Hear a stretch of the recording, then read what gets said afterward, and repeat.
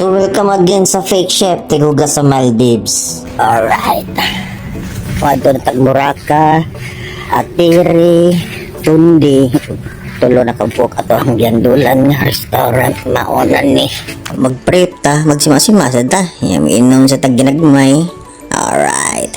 Mag-prep tag appetizer daan para dali na. Time-lapse itong gamiton kay para masunit tanan atong gipang buhat dari nga gara-gara lang ba. Alright. So na yung natana nga nung mahal man sa fine dining unya gamay ra kayo ang gibutang sa plato.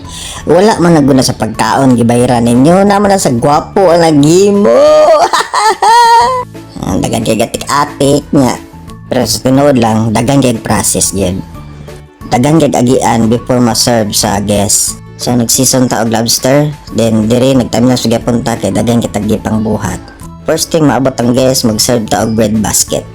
Then wala lang ako na-appeal sa video ang amuse-bouche, appetizer, soup. So dire na ta sa main course diretso kay mao nang gini padulungan nato. So gibalikon ako wala na sa kamalhon sa gigamit nga ingredients ko di nanas kagwapo.